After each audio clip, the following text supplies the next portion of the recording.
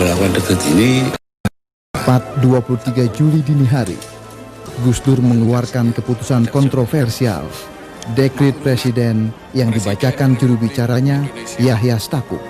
Setelah melihat dan memperhatikan dengan seksama perkembangan politik, sontak keputusan Gus Dur ini mengundang reaksi keras berbagai kalangan. Mulai dari tidak adanya dukungan dari TNI, seruan fatwa Mahkamah Agung bahwa maklumat Presiden Gus Dur bertentangan hukum, hingga MPR yang tetap menggelar sidang istimewa tanpa kehadiran sang presiden. Ironisnya, dengan serta-merta pula MPR melantik Megawati Soekarno Putri sebagai Presiden kelima Republik Indonesia.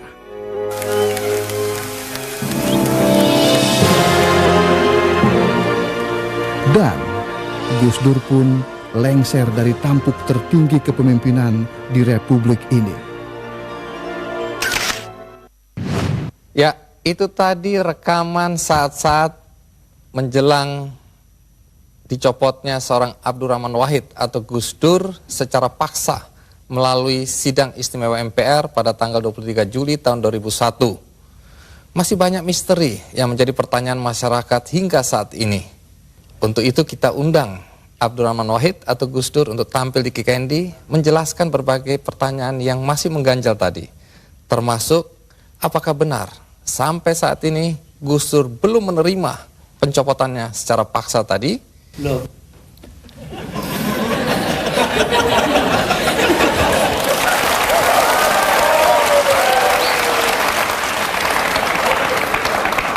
Jadi Gus Dur, tadi itu ringkasan dari peristiwa detik-detik terakhir Anda mengundurkan diri atau mundur atau dimundurkan.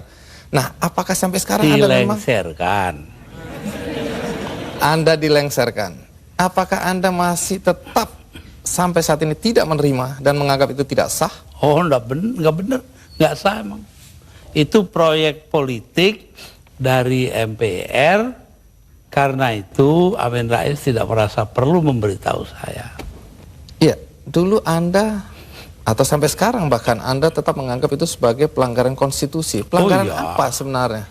Pelanggaran konstitusi karena di situ ada insubordinasi. Insubordinasi itu siapa yang mimpin?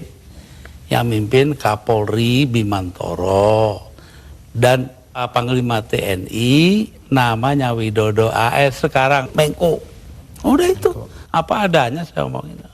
Tapi begini Gus, setelah Anda merasa itu tidak sah, tapi toh kenyataannya Gus Dur digantikan oleh Megawati, kemudian sekarang kita punya presiden namanya SBY, semua berjalan normal saja. Lalu apa negatifnya bagi bangsa dengan pencopotan Anda tadi? Bukan soal bangsa, ini soal hukum. Saya dilengserkan secara politis, secara hukum belum pernah dibuktikan saya bersalah. Yang bersalah bahkan pansusnya DPR yang dipimpin oleh sekarang Menteri Sosial Bakhtiar Hamzah. Yaitu menurut undang-undang pansus-pansus itu harus tutup pintu supaya nggak didengar orang dari luar. Tapi oleh Bakhtiar Hamzah dibuka 10 cm, di situ berjejer-jejerlah tipnya wartawan. Nah kan, waduh, semua yang ada dalam sidang diketahui dunia luar. Itu pula yang membuat saya, oh ya kalau gitu mereka maksudnya melengsarkan saya dengan segala cara. Hukum nggak hukum. Tapi sesudah itu apa upaya yang Anda lakukan? Nggak ada. Sebab penakut bangsa ini. Kenapa Anda bilang penakut? Bangsa ini penakut karena tidak mau bertindak kepada yang bersalah. Akhirnya nggak ada yang ditindak toh. Tapi sekian tahun sudah berlalu Gus. Untuk apa rasa penasaran, perasaan? Loh, saya nggak pernah itu terserah bangsa Indonesia.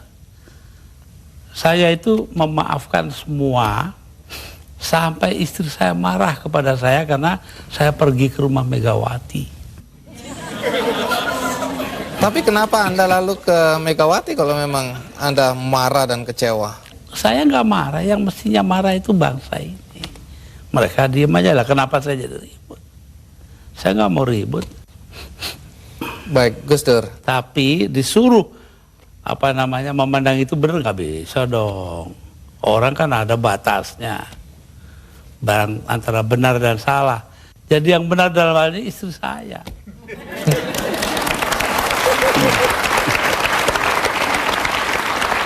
Tapi kenapa Gus Dur nggak mau nurut Tanya sama dia, istri? jangan tanya saya dah. 300.000 orang mas tanda tangan supaya saya jangan berhenti jadi presiden, tahu? Tapi saya bilang, daripada bangsa ini pecah dalam pertempuran, darah mengalir karena saya, mendingan saya lengser aja deh. Nah itu. Tapi omongan ini kan dibilang omongan ngawur, Gus. Karena faktanya ketika Anda bilang nanti jutaan orang akan datang masuk Jakarta, orang-orang dari Jawa Timur. Begitu ditunggu-tunggu nggak datang. Saya yang nahan kok.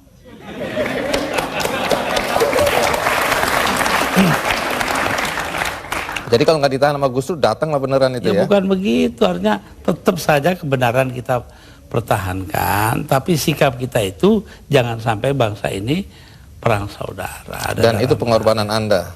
Ya bagi saya bukan korban, biasa aja. Nah, satu pemandangan yang kurang elok, Gus.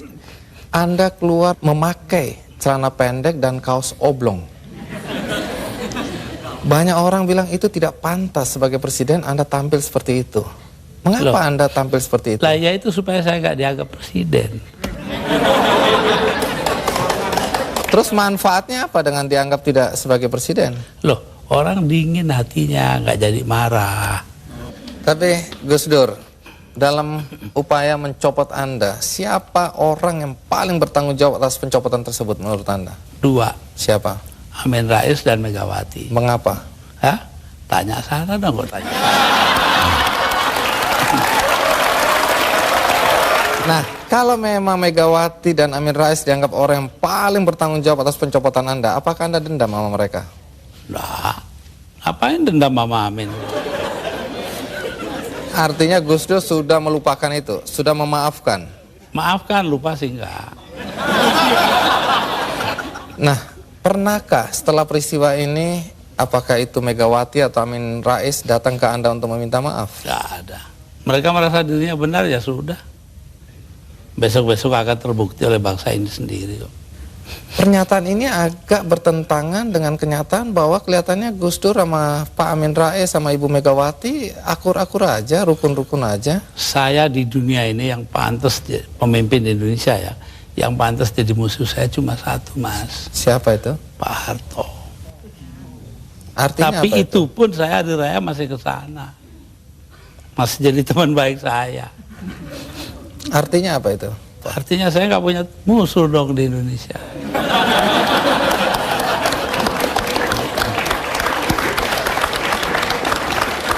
Ada satu hal, kita banyak mendengar bahwa teman-teman dekat Anda dulu menyesalkan kenapa Anda jadi presiden. Anda sebenarnya lebih layak menjadi guru bangsa, nggak usah ikut campur dalam perpolitikan yang nggak jelas itu. Saya diperintah oleh 5 orang sesepuh saya. Itu saja, kalau mereka memerintahkan apa saja masuk api. Tanpa perlu berpikir. Tanpa perlu berpikir. Kenapa begitu? Loh, Selain sesepuh saya itu ini kan, orang pesantren disuruh nurut orang tua. itu nggak bisa ditawar itu, Gus. Nggak bisa ditawar. 5 orang itu, saya nggak sebut namanya.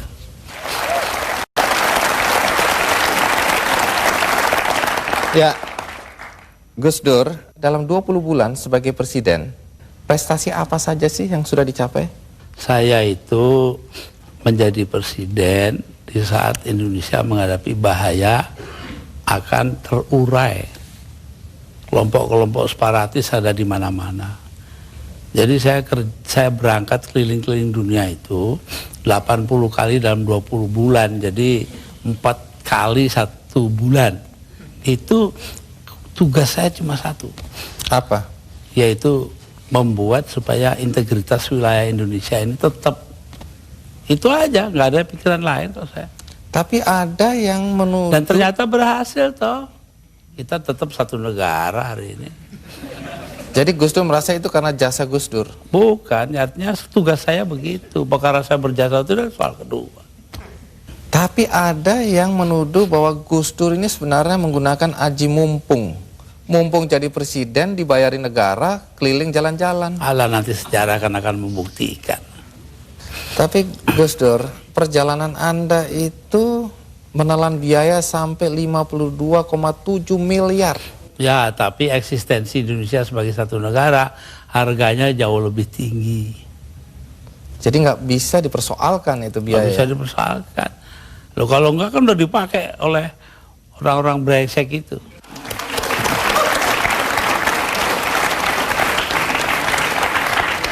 Salah satu yang masih menjadi perdebatan sampai sekarang adalah ketika Gus Dur membubarkan Departemen Sosial dan Departemen Penerangan.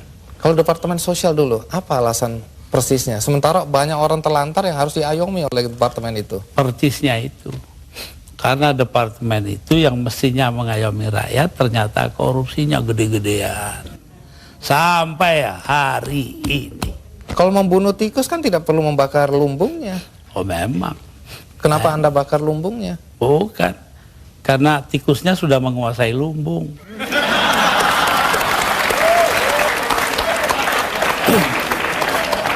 Depan dibubarkan. Kalau Depan jelas. Akibatnya sekarang pers itu sangat tidak terkontrol. Begini Bahkan pornografi sekarang merajalela. ya. Betul. Itu dosa Anda loh. Enggak dong. Dosa yang nyarin. Saya diapa-apakan itu saya bekerja menurut ketentuan Undang-Undang Dasar. Undang-Undang Dasar menjamin kebebasan berpikir. Dan itu hanya mungkin kalau Depan nggak ada. Sekarang nggak ada kebebasan berpikir. Tapi kalau kebebasannya seperti sekarang nggak ada yang kontrol, Gus. Loh, Siapa ya aja bisa. Kita kontrol nanti dong. Siapa yang mengontrol? Ya antara kita aja. Kenapa sih masyarakat juga penting peranannya kok? Memang hanya pemerintah aja. Baik, Gus. Satu lagi hal yang dicatat ketika Anda menjadi presiden dan agak kontroversial, yaitu masalah PKI. Banyak orang begitu khawatir ketika Anda dulu mencabut TAP MPR nomor 25 MPRS 1966. Sebab bertentangan dengan Undang-Undang Dasar, Mas. Tapi itu ada kesan pembelaan Anda terhadap orang-orang ex-PKI dan keluarganya. Terserah, kesan nggak kesan terserah. Apa alasan Yang Anda? terpenting itu bahwa tugas mengucilkan PKI itu bukan tugas negara. Itu yang penting. Apa artinya pemisahan agama dari negara kalau negara ngurusin segala hal? Padahal yang menentang PKI kan cuma beberapa gelintir orang aja. Jadi Anda tetap merasa bahwa apa yang Anda lakukan mencabut TAP MPR itu benar? Benar karena bersamaan dengan Undang-Undang Dasar gitu loh. Kenapa? Karena memang Undang-Undang Dasarnya begitu, mau diapain? Begitu itu bagaimana? Ya melindungi semua. Ya itu hasil daripada 7 abad lamanya kita berpancasila tanpa nama, yaitu yang dinamakan Bhinneka Tunggal Ika. Berbeda-beda tapi satu tujuan. Nah ini yang penting kita ngelihatnya dari situ. Kalau belakangan ini ada kekhawatiran PKI akan bangkit? Kenapa takut?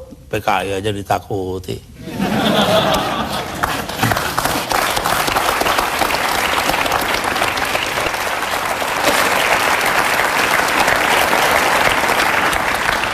Gus Dur, di antara banyak statement Anda atau pernyataan Anda yang dianggap ngawur, dianggap nyeleneh, ada satu yang dicatat dan dianggap serius, yaitu ketika Anda berada kalau nggak salah di Italia, Anda menyatakan bahwa pernah suatu ketika Faisal Tanjung, waktu itu Panglima ABRI, diminta untuk menghabisi Anda. Jadi yang minta adalah Pak Harto. Anda dan Megawati ingin dihabisi. Dan statement itu terbuka loh, Gus Dur. Dugaan Anda kata-kata dihabisi ini, dihabisi karirnya atau dibunuh? Tanya Pak Harto. Kenapa? Karena Faisal Tanjung mengucapkan itu. Lalu Pak Wiranto sebagai Panglima Kostrad nelpon saya, Gus, Panglima saya kok bilangnya begini-begini ya. saya anggap itu soal politik lah. Pak Harto juga bukan soal pribadi kok, itu soal politik. Politik mengharuskan itu, tapi saya tahu juga kebiasaan Raja Jawa. Pak Harto kan anggap dirinya Raja Jawa. Apa yang dilakukan tangan kanan, tangan kiri nggak boleh tahu. Karena itu saya bilang sama Pak Wiranto, begini Pak Wir, tolong Anda pergi ke Pak Harto, tanya omongannya Faisal Tanjung yang begitu itu betul nggak? Apa jawabnya Pak Harto di Cendana kepada Pak Wiranto? Bahwa, wah nggak mungkin dong saya begitu. Megawati itu dilindungi ayahnya, Gus Dur dilindungi para kiai. Lah selesai sudah. Mau soal politik, saya nggak ada dendam pribadi, nggak ada. Malah saya terus terang aja, ini ada Yeni anak saya ini, ikut saya kemarin hari raya pertama hari Sabtu, saya soal Pak Harto, ya maaf-maafan hari raya sudah selesai, terus makan pulang. Ya, tapi ini kan untuk meluruskan sejarah, jangan sampai orang salah paham mengenai ini. Pak Faisal Tanjung juga secara terbuka mengklarifikasi bahwa tidak pernah ada itu. Jadi apa yang Anda kalau bilang? Pak Wiranto dong, dia mengatakan Pak Wiranto bohong. Anda bilang ada operasi naga hijau, naga merah, itu kan orang bilang. Memang ya begitu, saya dengarnya kok. Gus Dur ini ngarang-ngarang aja. Ya saya nyatanya nanti sejarah akan buktikan betul tidaknya itu. Tapi Gus Dur sendiri pernah datang ke Pak Harto untuk mengklarifikasi ini? Nggak perlu ngapain. Tapi dari penjelasan Pak Wiranto memang Pak Harto bilang tidak pernah ada karena tadi itu ya. Kayak kemarin ini, saya ke tempatnya Pak Harto. Sepulang saya dengan suara terbata-bata karena Pak Harto itu sudah banyak lupa. Itu ngomong kepada para ajudannya. Ngomongnya apa? Saya pengen ngomong dengan Gus Dur panjang-panjang tapi nggak bisa. Itu tuh. Coba. Kenapa nggak bisa?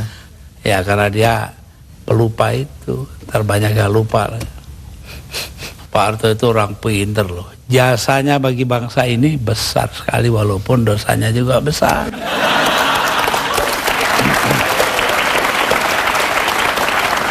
Ya, jangan dilanjutkan dulu Gus Dur, kita break dulu. Tapi sebelum kita lanjutkan, ada beberapa pendapat para tokoh mengenai Gus Dur. Ini dia cuplikannya.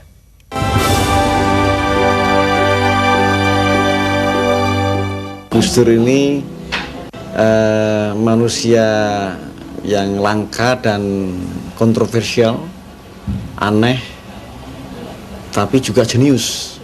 Gus Dur terlalu maju buat Indonesia. Jadi Indonesia sendiri belum siap untuk menerima pemimpin seperti Gus Dur.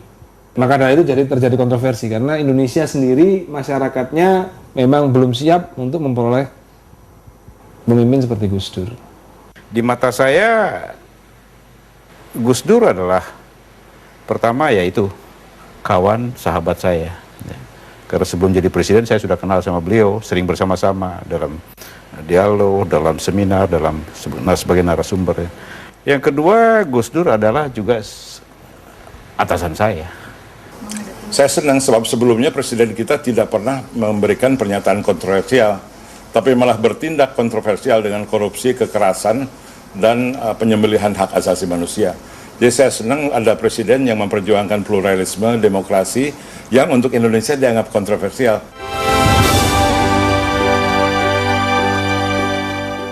Sebagai pribadi, dia orang yang paling memberikan kesan pada saya dalam hidup saya, karena penuh dengan warna dan penuh dengan substansi. Itu saya mendatangi Gus Dur sebagai ulama yang diakui oleh 40 juta umat di Indonesia. Saya sangat mengidolakan Gus Dur, otomatis saya juga pastinya akan menghormati dan meyakini apa yang menjadi fatwa dari seorang Gus Dur. Pada saat Bapak Presiden merencanakan mengeluarkan dekret, terjadilah perbedaan pendapat. Karena sebagai Menko Polhuskam, saya menganalisa kalau dekret sampai keluar, keadaan akan semakin memburuk. Itu kira-kira mungkin sudah 20 tahun yang lalu ya. Nanti saya kenal Gus Dur sudah lama. Tapi mengenai koalisi itu akan secara alamiah nanti.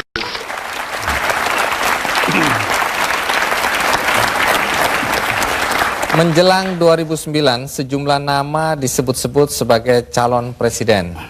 Selain SBY, Megawati, Yusuf Kala, nama Gus Dur juga mulai disebut-sebut.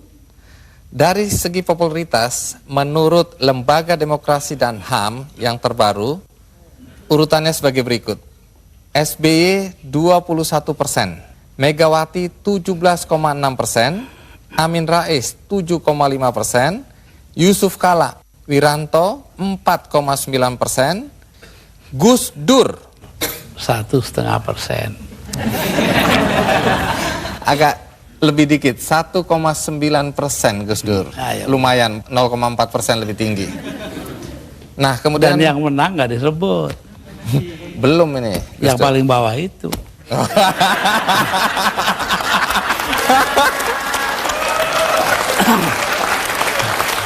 Pertanyaannya, apakah Gus Dur juga berminat mencalonkan diri sebagai presiden pada pemilu 2009 nanti? Saya ini kalau diperintahkan oleh 5 sesepuh, ya saya akan jadi calon. Tanpa tim sukses, tanpa duit. Dulu begitu. Kalau Gus Dur maju tadi tanpa uang, tanpa macam-macam, lalu modal Gus Dur apa? Kepercayaan masyarakat. Apa Gus Dur yakin masyarakat masih percaya sama Gus Dur? Loh. Ayo ikut saya yuk, nanti kalau saya ke Situbondo 250.000 orang. Berbanding 100 atau 200 juta, sedikit sekali itu Gus. Loh, kalau cuman dia lah banyak. Saya ini tiap 2-3 hari sekali, 2 atau 3 hari sekali ini kiai kampung. Kalau mau ikut nanti hari Kamis ke Cicalengka dengan saya, tempatnya Ajengan Said. Itu 3.000 kiai kampung. Kembali ke dalam konteks Gus Dur akan mencalonkan diri, katakanlah setelah mendapat restu dari 2 kiai lainnya. Pertanyaannya, dengan kondisi penglihatan yang terkendala ini Gus Dur, dan itu menjadi hambatan ketika Gus Dur dulu mau maju oleh KPU, dianggap bahwa tidak memenuhi persyaratan kesehatan fisik.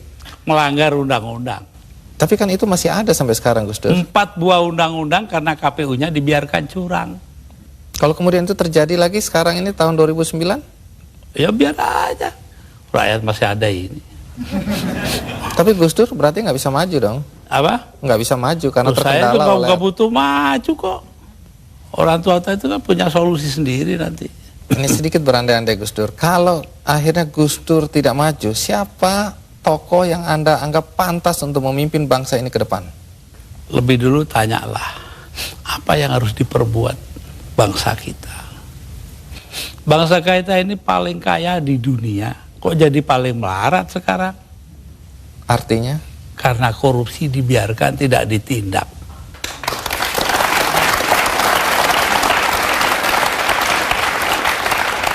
Jadi kalau harus menyebut tokoh, Gus Dur bisa nggak menyebut tokoh? Siapa kira-kira yang pantas dari yang ada? Nanti dong, rahasia perusahaan. Baik. Di sini ada Ibu Sinta Nuria, istri dari Gus Dur. Ibu Sinta, pertanyaan penting ini. Kalau Gus Dur mencalonkan diri lagi dan direstui oleh para kiai, apakah Anda mengizinkan? Saya sebagai istrinya, menjadi apapun, saya akan tetap mendukung. Karena terpaksa atau karena cinta? Jelas karena cinta dong.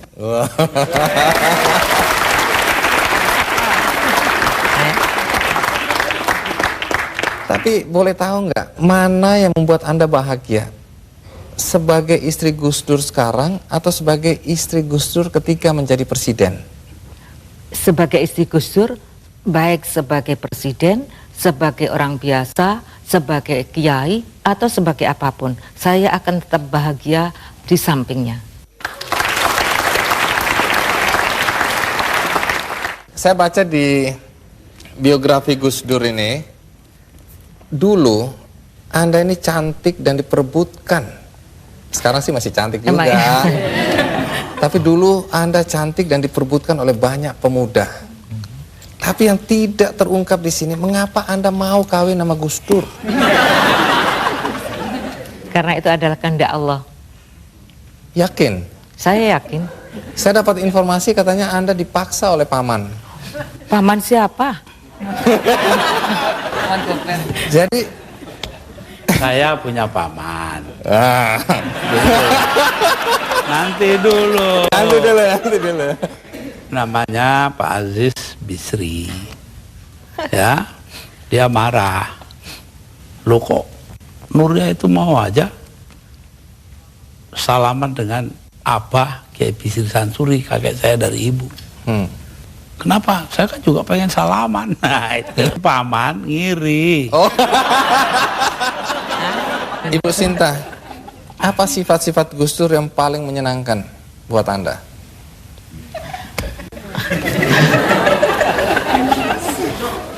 Kok kayaknya susah, apa nggak ada ya? Ya, ngurusnya sih gampang. Makan juga apa adanya, apa saja dimakan. Tambah lagi ya, yang paling menyenangkan Yang saya, menyenangkan dulu. pada setiap kali saya melahirkan anak, ya, setiap malam kan biasanya anak bangun. Nah itu setiap kali anak saya bangun nangis, maka Mas Dur yang pertama kali bangun, kemudian mengganti popoknya yang kena kencing, kemudian mengangkatnya dan menyerahkan kepada saya. Saya tinggal netein, setelah anak saya tidur, kemudian diambil lagi, ditaruh di box lagi.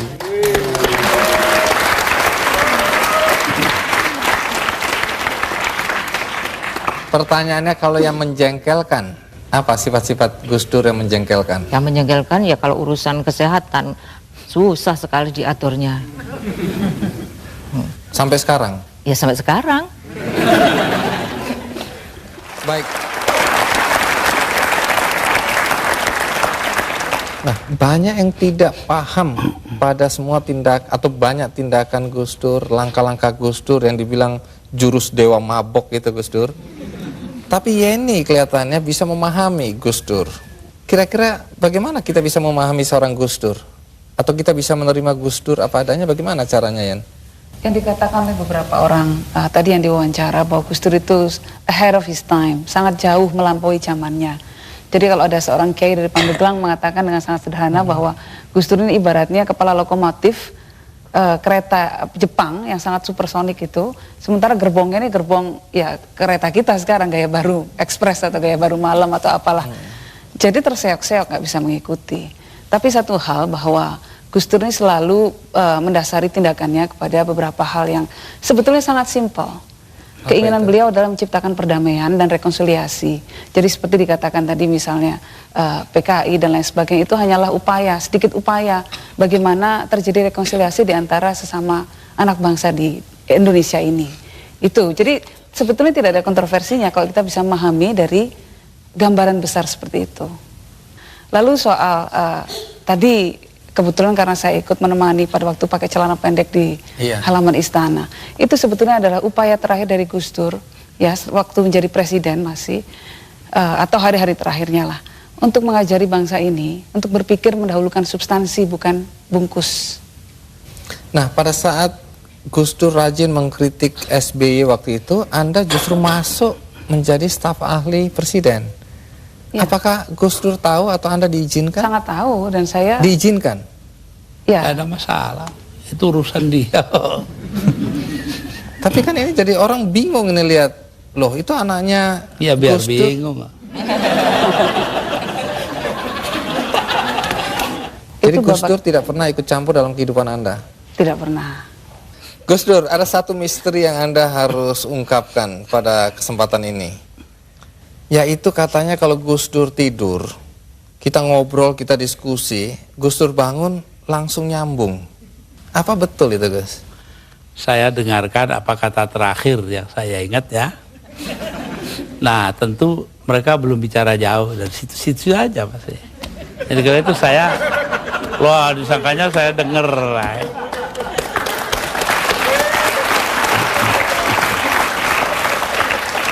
Nah, di sini ada Anita. salah satu putri dari 4 putri. Sayang Alisa yang paling tua nggak bisa hadir ya. Tapi ada 3 putri yang hadir di sini. Pertanyaannya sederhana aja, Anita. Bagaimana perasaan Anda jika membaca atau mendengar bahwa Gus Dur dihujat? Reaksi pertama seperti apa? Terutama ketika menjadi presiden. Itu berhubungan juga sebenarnya dengan satu yang saya kagumi dari Bapak dan saya belajar juga dari Bapak. Apa itu? Yaitu bahwa kita nggak perlu berpikir mengenai orang melihat kita seperti apa. Yang penting kita berusaha melakukan do the right thing. If we believe it as something's right, ya udah kita lakukan itu gitu. Jadi kalau misalnya Bapak dihujat sana sini, saya ngerasanya cuman pasti Bapak punya alasan untuk itu, untuk melakukan apa yang Bapak lakukan, punya alasan kenapa Bapak mengatakan apa yang Bapak katakan, dan itu cukup untuk buat pegangan buat saya untuk mensupport Bapak. Itu. Menarik sekali. Sekarang giliran Inaya. Inaya, enak mana jadi anaknya Gus Dur yang sekarang atau anak presiden? Yang pasti jadi anaknya Gus Dur dalam berbagai kondisi, mau jadi presiden, nggak jadi presiden, mau jadi ketua PBNU, selalu bahagia jadi anaknya Gus Dur, apapun itu.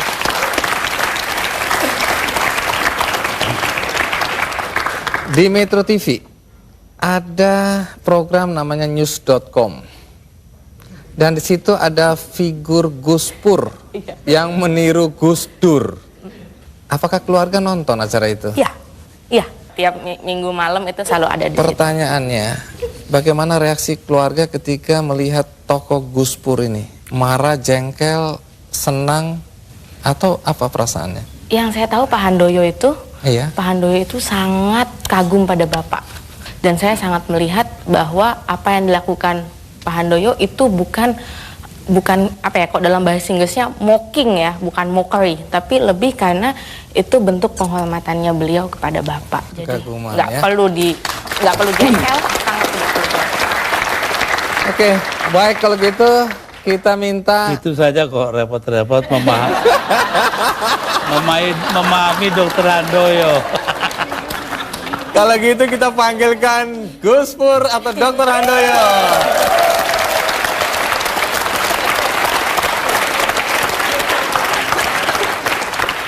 Nah, kalau orang bertanya, silakan duduk. Bagaimana sikap Anda terhadap Gus Pur?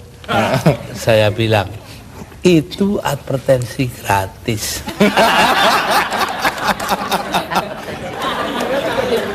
Ibu Sinta, sebenarnya siapa yang lebih ganteng di antara ini? Gus Dur dong. Dr. Handoyo ini pengikut advertensi Fuji Film. Lebih indah dari warna asli. Tapi tunggu dulu. Waktu itu saya tanya sama Dr. Handoyo, Anda udah dapat izin belum dari Gus Dur untuk memerankan Gus Pur? Katanya sudah dapat izin. Apa betul, Gus? Ya, anggap aja udah dapat. Habis mintanya pun begitu, ya udah. Tapi sebelum kita lanjutkan, bagaimana kita lihat Dr. Handoyo menirukan Gus Dur menjadi Gus Pur di news.com. Ini dia cuplikannya. Gimana Gus? Kalau berani ya dituntut sana. Gitu aja kok repot. Iya. Jangan bawa-bawa saya ya. Saya tuh nggak ikutan. Saya datang sendiri, wong saya cuma mau silaturahmi. Gitu aja kok repot sih. Kritik itu penting loh untuk kemajuan. Gitu aja kok repot.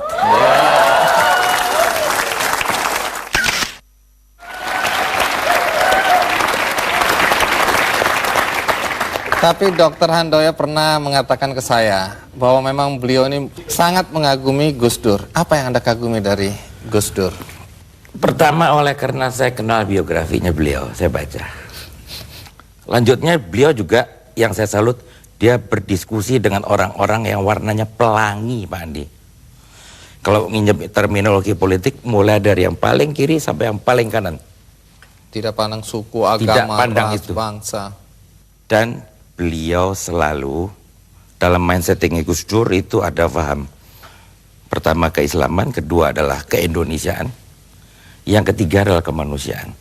Kemanusiaan ini beliau implementasikan dalam satu kata, demokrasi, pluralisme, kesamaan di hadapan hukum, tidak ada diskriminasi. Anda udah mulai berani menyimpulkan pemikiran Gus Dur ya? Dikit-dikit dapat Pak Andi. Oleh karena saya baca. Nah, Gus Dur, Dr. Handoyo ini dianggap mampu menirukan Anda secara persis di news.com. Tapi kalau boleh jujur, menurut Gus Dur, apa yang nggak bisa ditiru oleh Dr. Handoyo? Ya nanya-nanya yang keliru, ke dia jangan ke saya. Apa yang nggak bisa berkomentar tentang apa yang tidak bisa dilakukan oleh Dr. Handoyo mengenai Gus Dur? Nah, ini pengakuan yang jujur dari istri ini. Coba apa? Satu hal yang dikenal oleh masyarakat tentang Gus Dur adalah juk-nya. Kemanapun juga orang hanya seakan bertanya, apa juk terakhirnya Gus Dur? Nah, yang itu yang tidak muncul dari Pak Dr. Handoyo. Wah, harus belajar banyak ini kelihatannya. Baik, luar biasa Gus Dur. Sebelum kita akhiri acara ini, kita akan membagikan buku biografi Gus Dur yang ditulis oleh Greg Burton. Ya. Untuk kita yang hadir semua dapat satu-satu. Ya. Dan bagi Anda pemirsa yang ada di rumah, Anda juga bisa mengakses buku ini melalui kikendi.com. Dan Gus Dur, sebelum berakhir, kita punya sebuah karikatur untuk Gus Dur. Sebentar. Ini dia.